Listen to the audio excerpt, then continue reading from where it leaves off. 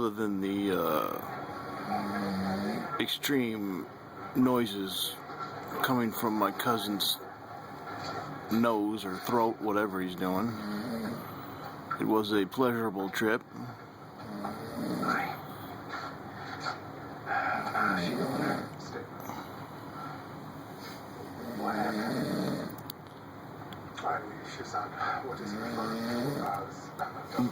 This is just the tip of the iceberg, FYI.